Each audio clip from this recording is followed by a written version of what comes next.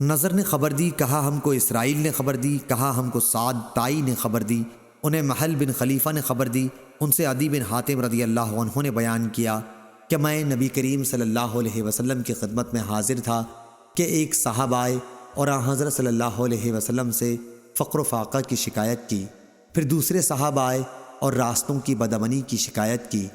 اس پر حضرت صلی اللہ علیہ وسلم نے فرمایا، عدی تم نے مقام حیرہ دیکھا ہے جو کوفہ کے پاس ایک بستی ہے؟ میں نے عرض کیا کہ میں نے دیکھا تو نہیں، البتہ اس کا نام میں نے سنا ہے۔ حضرت صلی اللہ علیہ وسلم نے فرمایا، اگر تمہاری زندگی کچھ اور لمبی ہوئی تو تم دیکھو گے کہ ہودج میں ایک عورت اکیلی حیرہ سے سفر کرے گی اور مکہ پہنچ کر کعبے کا طواف کرے گی، اور اللہ کے سوا اسے کسی کا بھی خوف نہ ہوگا۔ میں نے حیرت سے اپنے دل میں کہا، پھر قبیلے طے کے ان ڈاکوؤں کا کیا ہوگا جنہوں نے شہروں کو تباہ کر دیا، فساد کی آگ سلگا رکھی ہے؟ حضرت صلی اللہ علیہ وسلم نے فرمایا، اگر تم کچھ اور دنوں تک زندہ رہے تو کسرا کے خزانے تم پر کھولے جائیں گے۔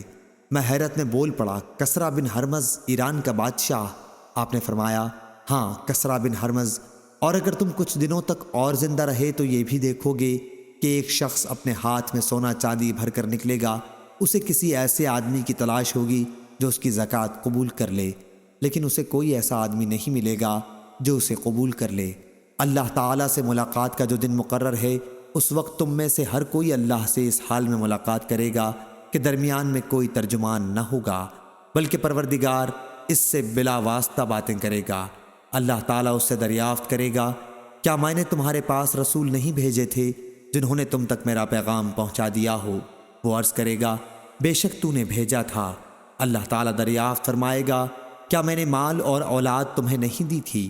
کیا میں نے ان کے ذریعے تمہیں فضیلت نہیں دی تھی؟ وہ جواب دے گا، بے شک تو نے دیا تھا۔ پھر وہ اپنی داہنی طرف دیکھے گا تو سوائے جہنم کے اسے اور کچھ نظر نہ آئے گا، پھر وہ بائیں طرف دیکھے گا تو ادھر بھی جہنم کے سوا اور کچھ نظر نہیں آئے گا۔ عدی رضی اللہ عنہ نے بیان کیا کہ میں نے رسول اللہ صلی اللہ علیہ وسلم سے سنا، آپ فرما رہے تھے کہ جہنم سے ڈرو، اگرچہ کھجور کے ایک ٹکڑے کے ذریعے ہو۔ اگر کسی کا کھجور کا ایک ٹکڑا بھی میسر نہ آ سکے تو کسی سے ایک اچھا کلمہ ہی کہہ دے۔ حضرت عدی رضی اللہ عنہ نے بیان کیا کہ میں نے ہودج میں بیٹھی ہوئی ایک اکیلی عورت کو تو خود دیکھ لیا کہ حیرہ سے سفر کے لیے نکلی اور مکہ پہنچ کر اس نے کعبے کا طواف کیا، اور اسے اللہ تعالیٰ کے سوا اور کسی ڈاکو وغیرہ کا راستے میں خوف نہیں تھا، اور مجاہدین کی اس جماعت میں تو میں خود شریک تھا جس نے کسرا بن ہرمز کے خزانے فتح کیے۔ اور اگر تم لوگ کچھ دنوں اور زندہ رہے تو وہ بھی دیکھ لو گے جو حضرت صلی اللہ علیہ وسلم نے فرمایا کہ ایک شخص اپنے ہاتھ میں زکوٰۃ کا سونا چاندی بھر کر نکلے گا لیکن اسے لینے والا کوئی نہیں ملے گا۔ صحیح بخاری حدیث نمبر 3595۔